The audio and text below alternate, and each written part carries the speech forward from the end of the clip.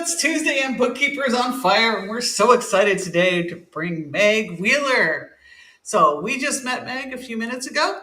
So super happy to meet her. Oh Friends. gosh. I mean, I tell you Yeah, what. we already have things in common. We're fast friends. This is gonna be fun. Yeah. So I'm gonna hit you up with the first question. Oh, let me introduce him a little.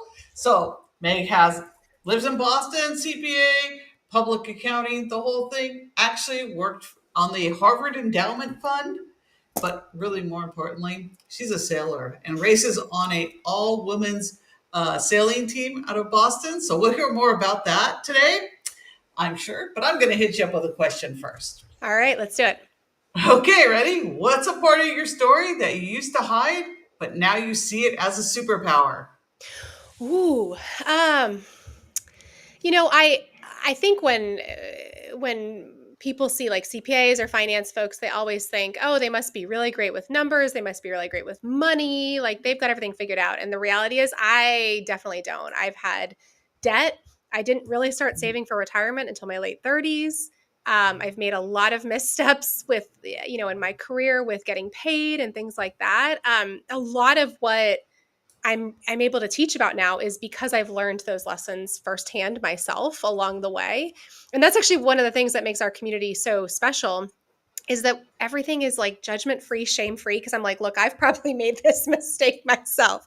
So don't you worry. I'm right there with you. So I think that's the one for me. That's a pretty good one.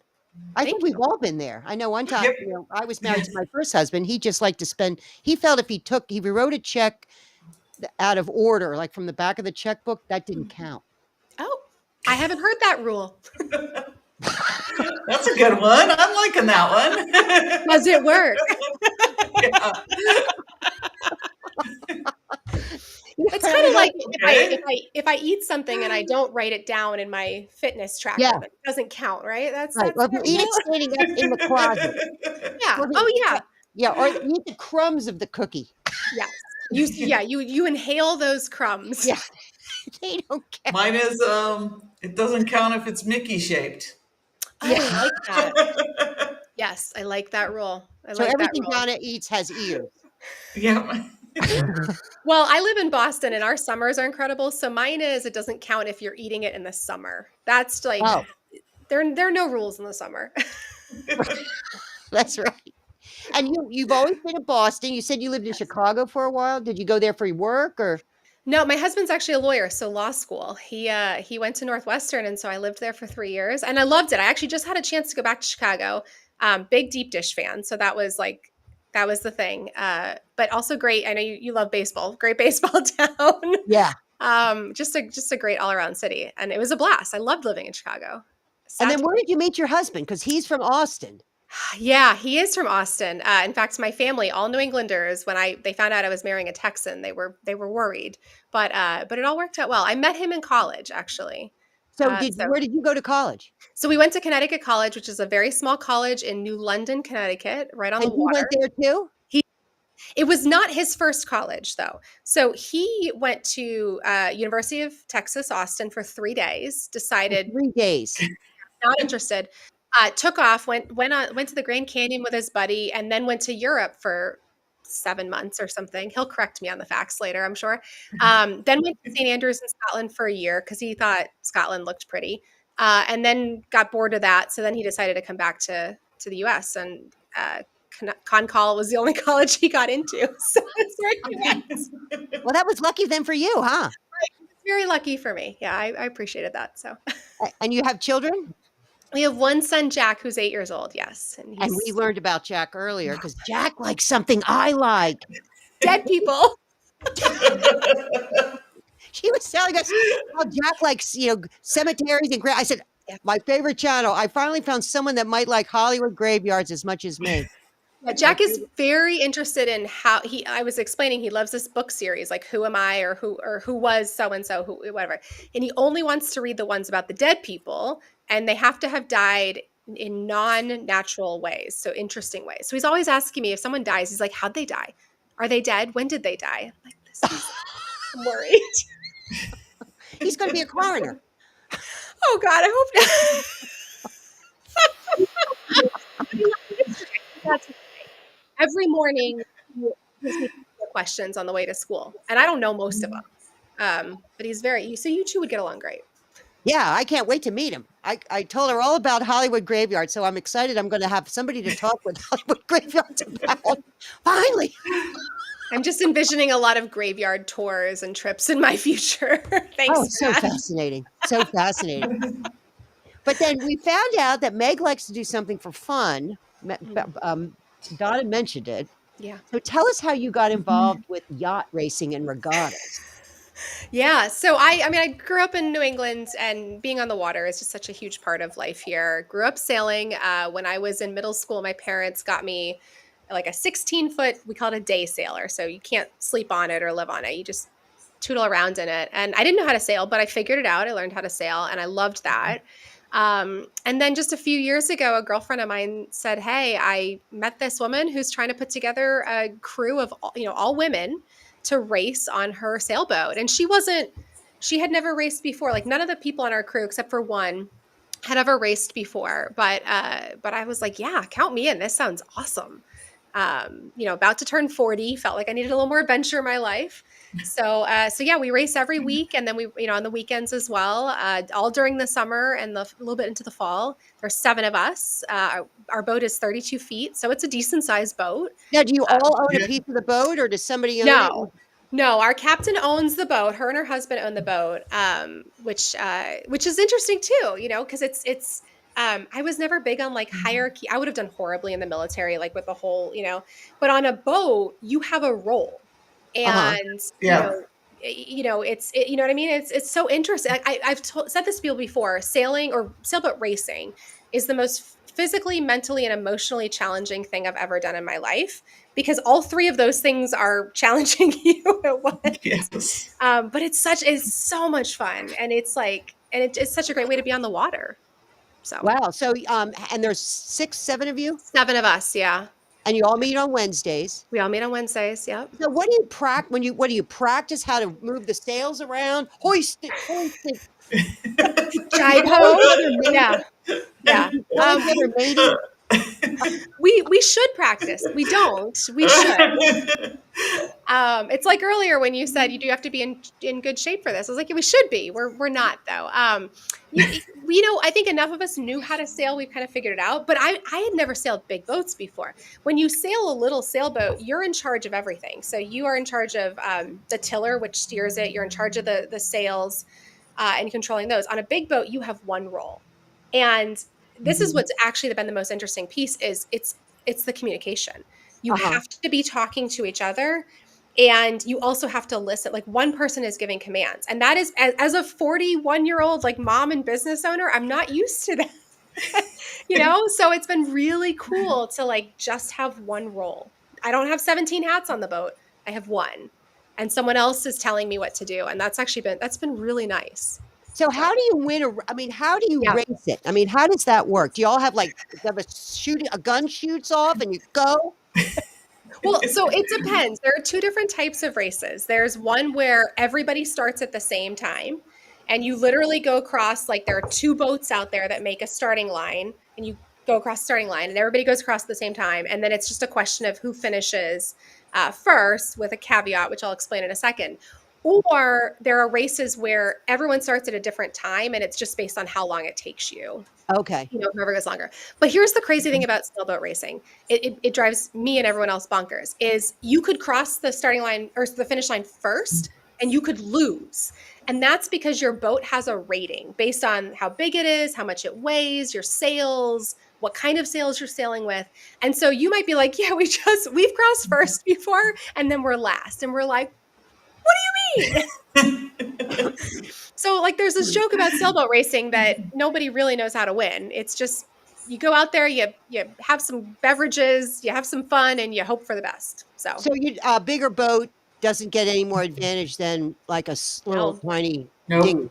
It depends on how fast it is. Like, if it's a big fast boat, then it's going to be rated expecting it to finish faster. If it's a slower boat, then wow. But we think the rating on our boat is wrong, so we think we're. Can you appeal that? Can you go to the boat rater corporations? No. You got to pay off some of these judges. That's exactly right. It's not a well-regulated system.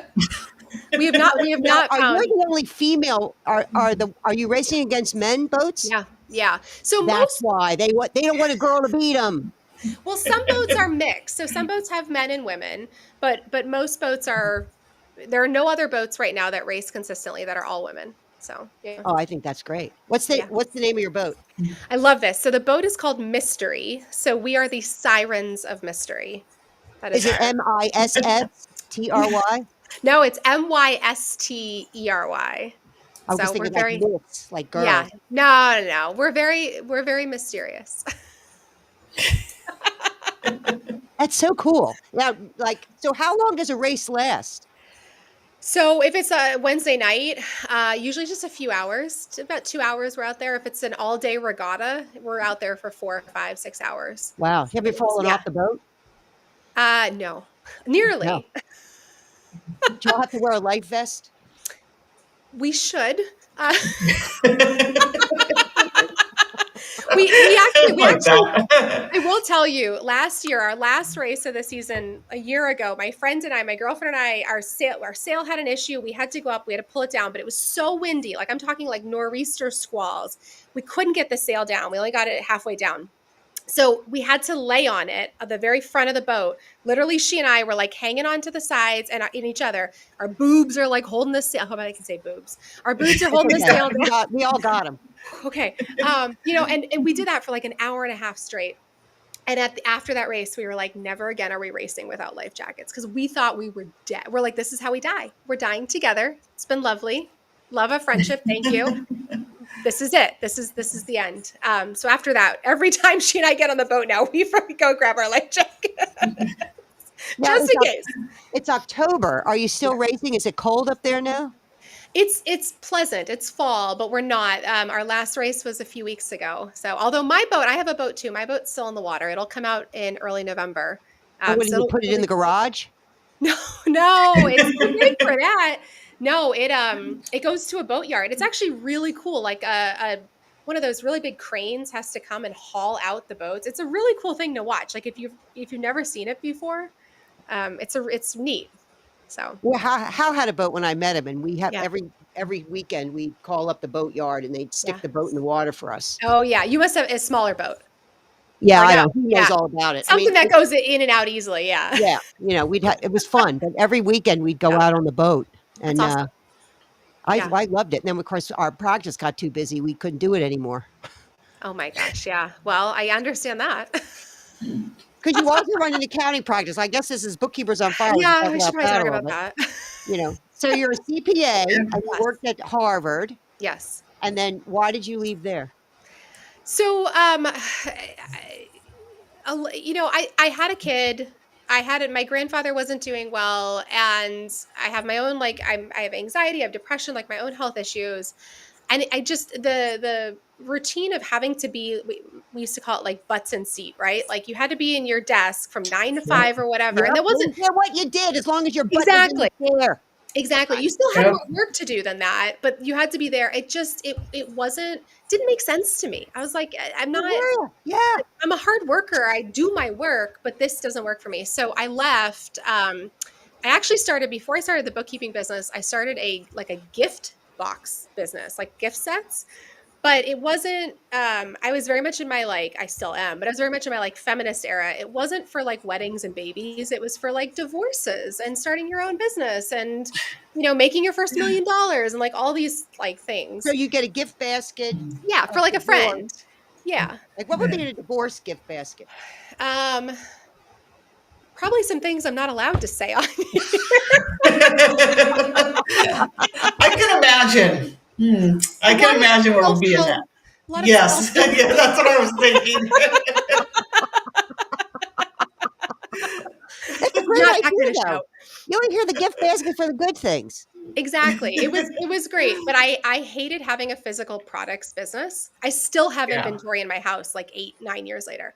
But through that, I was talking to a lot of business owners, or I'd see them post online questions about the money in their business. And at first I just got frustrated when they would get bad answers from other people. And then I was like, all right, I can answer these. And so then I kind of started becoming the person who would answer them. And after that, I was like, well, I need to get paid if I'm going to keep doing this. So that's when I quit the products, started this. And now we do taxes and bookkeeping for our community is primarily marginalized small business owners. So women, people of color, disabled folks, anyone who feels like the classic line I get from clients is, so my last accountant was this old white guy and he didn't understand what I did. Like that, those are our people. Yep. Not the old white guys, the people who get them. That's great. Because Yeah. they need accountants too. Yeah, exactly. And I think like a lot of our folks are online businesses, like YouTubers, things like this, and they want people to understand their businesses and the way that their businesses run, which is different. So Yeah. Well, that's really great. And Yeah. then you have another piece of your business that you do. Yeah, so we do a lot around financial education because pretty early on I realized, yes, the client work is great, but what I really loved, I love to teach. I love to talk about this stuff. And I want as many people as possible to have access to this education. And so we have courses, we have a YouTube channel, we have a podcast, Disrupt Your Money. And for me, I think it all comes down to not only making education accessible, but also making talking about money something that we all do and have a place to do safely. That's not something I literally was actually just working on a keynote right now talking about how, like, at least for my generation, we didn't grow up talking about money. We weren't taught that it was okay to talk about money. In fact, we were taught the opposite.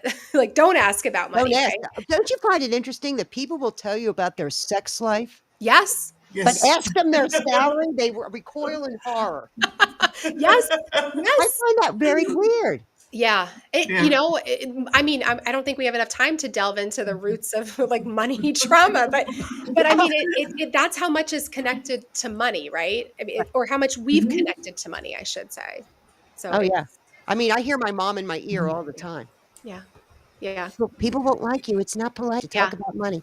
Then why are they telling me who they just went to bed with? Well, and exactly, right? And the thing is, like, when we think about, I mean, especially as like women, we need to reclaim our power, and this is a tool. Money is a tool, and money literacy and talking about money is a tool that has been wielded against us. We're taught not to talk about it. I mean, it's kind of like, if you're trying to get everybody not to organize together, tell them they can't talk to each other, right? Right. Well, now that we're all talking, we know how messed up everything is. So now we're organizing. Yeah. Now, do you find I know a lot, because we do taxes here, and a lot of times the husband will die and the wife Yeah. will come in and she has absolutely no clue. Yeah. Yeah. Which I find sad. Yeah, I mean, I think so in our practice, in our community, I would say 98% of our clients are not men, or the primary contact is not men, I should say. We have a lot of folks who are married. And I think that's because of the environment we've created, which is great. So we don't have that in our practice, but you're absolutely right. I see that everywhere else. Yeah. And I think that's it's sad, it's scary. And that is something huge that needs to be changed as well, because again, financial literacy is critical at any age and at any wealth point. Like, it doesn't matter. Everyone needs to understand this stuff. I know I talk to friends of mine all the time who have no clue Yeah. how their money's being. Now, they trust Yeah. their husbands, and I don't see a reason why not to. Sure. But I was thinking, if he gets hit by a bus, will you know where Yeah. the ATM card is? Yeah. Well, And it's not even just about trust, although I dig into that one, but it's about making your own decisions too, right? Like, sure, I trust my husband, but I want to be in charge of the financial decisions in my life, or at least a part of the financial decisions that we make, because those are going to affect every aspect of my life. right. And I just, to me, to check out of that, I get it. This is not a criticism of anybody, because I understand why people do it, but I don't think they realize how much power they're giving up. I know. And that's what's scary. It drives me nuts Yeah. when a spouse who has a job and has said, well, let me check with my husband if I can spend the money. Yeah. What? Yeah. That's not a concept that happens in our I I didn't know. grow up with that concept, and it's not a concept in my Yeah. world. Well, I grew up with a single mom. I mean, no, she Yeah. remarried, when I was 12, and my Yeah. stepdad has been in my life for most of it. But my my biological father had financial issues, and so as soon as they divorced, that was very important for my mom, was to be financially secure. And even with I had to laugh. She called me the other day and said, "Can you come over?" She just, she got some money from my grandfather, and she was trying to figure out like retirement stuff, and said, "Can you come over and help me with my money?" Sure. And she's been married to my stepdad now for 30 plus years. Like, he's my dad. Like, we're in this thing. And she's sitting there, and she said something, and she's like, "Well, but I don't let David, my stepdad, I don't let David know about that." And I was like, "You don't think we trust him at this point to even know that you have the bank account, Mom?" Like, I feel like we're in this thing. Like, I think we can accept, the commitments here. But that was like, because her reaction to what had happened to her was so understandably. And so it was, almost the complete opposite. Like, she went too far, and I mean, they things work for them and everything's great. But yeah, it's interesting to see the reactions when Yeah, those I things just think, happen. giving people so they understand just Yeah. how compound interest works. Oh. And you don't buy a car based on the size of the car payment. No. Oh my God. No. Oh my The car gosh. payment's $100 for 30 years. I know. My husband, before he became a lawyer, sold cars, and he was actually like a benevolent car seller. Like, people would come and they try to buy a car, he'd be like, "Don't buy this, you can't afford it," or like, "This is a Right. bad car," or whatever. But when he breaks down the numbers and how all that works, I mean, it's mind blowing how, and in fairness to people, it's confusing the way it's presented. Yeah, they don't get But it. And they think, because debt's so easy to get, yeah, yeah, but, you have to pay it back. They don't see yes, that part. they don't. That's the hard part. Yeah, that's That's the the hard part part. people forget about. Well, and I think, frustratingly, we're now at a time where life is just so expensive that a lot of people don't have the option, right? Like, they literally don't have a choice.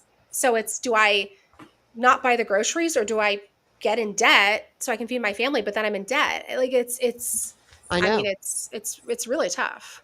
It is hard to make those decisions, but Yeah. I know when my son, he called me up one day and he goes, "Mom, I have $15,000 in the bank." I said, "Well, how much do you owe your student loan?" $15,000. I go, "Oh, so you have nothing." "What do you mean? I have" "No, you owe 15 and you Yeah. have 15. Take Yeah. the 15 you have and Yep. pay off that 15." Exactly. And Well, he unless, what's the interest rate? Hang on. What's the interest rate? oh, it was low. I Okay, mean, it was now low, we're but I was getting like, now we're getting complicated. so Yeah. I said, "Then take the same payment you were making Yes. to the student loan and now start to put it in the bank, Yes. and then Yes. Yes. use that money to buy a house." And Yes. before you know it, you'll find a girlfriend who will say, "Oh, he has a house." And then Right. she'll wanna get married, and then you can have a wife. Yeah. And Yeah. that's exactly what he did. I love it. Well, I wish I had been told more at a younger age what to do with my money. Because when I look at the power of, like, I think about like younger folks and like Roth IRAs, and just, I mean, my son, he's, like I said, he's 8. I am chomping at the bit to get him working in my business so that that kid is getting his Roth IRA. But this is the kind of stuff we didn't really talk about. Even with my mom, as responsible as she is, never really talked about this stuff. And that's the piece that I think we need to change. So, and Well, I that's think it why is changing. that's why I always when my dad was a business manager, a teacher, became a business Yeah. manager, and they always talked about Yeah. budgeting and Yeah. taking what was important for their life. Yeah. And we have 4 I was the oldest of 4, and Mm, education was very important to them. yeah. So we did not I took violin lessons, piano lessons, church camp, Girl Scout camp, new school clothes every year, dinner on the table every night on a Yeah. teacher's salary. Yeah. Because my Yeah. dad now, I did not go to, you know, Yeah. Louis Vuitton to buy stuff. We went to Centenarian's family shoe store. Yeah. Yeah. I mean, so we used the bucket of money he made, and my dad said, because this is important. They had budget meetings. My mom had to have a receipt. They go in the basement and they, fill it all out. And we all got college educations Yeah. with no debt. And I thought Yeah. that's what accounting is, until I Yeah. got into accounting and thought, Yeah. oh, I hate this job. Oh, they talk about 6-minute intervals. I thought this stinks. I mean, I thought accounting was where you take Yeah. people's money to transform their lives. I So- thought accounting. So I didn't go to school for accounting. I got a economics and a philosophy degree, but then I was in real estate for a few years and I loved houses, hated the people. So I got out of that and I found a grad program. I found this grad program, Northeastern, that for 15 months, they give you an MBA and a Master's of Science in Accounting, and they hook you up with an internship and a job. Wow. Like at a public Oh. accounting firm. So I was like, sign me up. So I got into that. And so the whole time in, I'm like, I'm going to be a forensic accountant because that's super sexy. I don't know what it is, but I'm going to find stuff. You know, I was very like James Bondy about the whole thing until I realized pretty quickly, number one, not everyone gets to be a forensic accountant because shocking, everyone in my class wanted to be a forensic accountant. But two, it's not actually that sexy most of the time. And I ended up going to tax because that was. Oh, you thought tax was sexy? I did not. But I told you earlier, my husband was in Chicago at law school, and my school was in Boston, and so all the internships were in Boston. They said, but we can get you an internship in Chicago at Grant Thornton, Chicago, but you have to do tax. They don't have any audit spots, which is what you have to do if you want to be a forensic accountant. So I was like, I was so upset. I was like, husband, forensic accounting. I did choose the husband. So I went to Chicago. I did tax and I actually loved it. But early on, I got into international tax, which also sounds somewhat sexy. Yeah. And learned, and that was very cool. No, I done it. No, it's not. No, not well, at all. the international part sounded sexy. Yeah, that's cool. That's kind of cool, but no. Yeah. So that's how I ended up in tax. Yeah. But as it turns out, I actually love it. And I probably loved it better than audit. So I hated audit. Yeah, audit sucked, man. Yeah. Like, okay, show me the receipt from 2 years ago. I want to make sure you bought office supplies. Yeah, exactly. Yeah. You know, well, and when you're just starting out in audit, you're like, especially at a bigger firm, you're laser focused on one tiny piece. Like you're not getting to do the cool stuff. So yeah, and they stick you in the basement with all the spider webs. Oh, the audit. No air conditioning. Yeah, no air conditioning. No windows. Travel everywhere, but it's never anywhere cool. It's like, carrying those big audit bags. Indiana or something. I don't even know. Yeah. I'm in like oil fields in Bakersfield. Exactly. Yeah. Exactly. I said, this is what I hate this job. I hate it. Yeah. No, that's why the tax worked out well. So well, now where can we find you? Do you go to conferences at all or anything like that? I try to avoid places with accountant. No, I'm just kidding. I mean, no, I'm not entirely kidding. I tend to avoid the conferences where the folks who are still in the traditional world go to. Oh, yeah. Because I show up in my like ripped jeans and I always have a t-shirt that says some political message. And I'm like, it's not quite my crowd. But no, I do. I go to conferences, but I do a lot in like the content creator space. Because again, I'm really interested in education and how do we get education out there more, right? The literacy piece is the key for me. So like I just got back from FinCon, which is a financial content creators conference, which is a great one every year. That's usually where I am. Oh, cool. Out in the wild. Yeah. Yeah. Cool. So where can we meet you socially? Yeah. So our website is equitablemoneyproject.com. The sun is just starting to hit my face. You get the glow now. It's lights your complexion up beautiful. EquitableMoneyProject.com. We're on Instagram at Equitable Money Project, and I'm also on Instagram at Meg Wheeler. We've got our YouTube channel, which is Equitable Money Project. We've got our podcast, Disrupt Your Money. Those are all the places, I think. We're not on TikTok. I don't dance. And we're not on X, formerly known as Twitter, for lots of reasons. Yeah, me either. Same reason I'm not on Twitter as you are, probably. Yeah. We're out there. You can find us. Okay. Well, this has been great. Lots of fun. Thank you. This has been so much fun. What a great way to end my day. Yeah, cool. Donna, do you have any last final questions for Meg? Sure. I'll ask one. Let's see how this goes. Oh, boy. What do you want people to feel when they encounter your work? Not think, but feel. Yeah, no, I love this. I want people to feel like they've finally found a safe space. So welcomed, safe. I can't think of the word, but sort of encouraged to start sharing. That's again, talking about money is such a big deal for us. So I want people to feel like this is the safe place where they can do that. Well, that's great. That's a great message. Perfect. We should all feel like that. Thanks. Well, thank you for showing up. This has been another wonderful half an hour with Bookkeepers on Fire. And any last words, Donna? Well, thank you so much. It was so great to get to know you. I hope we get to see you out in the wild soon. Yeah, I want to see you out in the wild. And yeah. And you have a wonderful day. All Thanks right, again. everyone. Thanks for watching too. Bye-bye. Bye.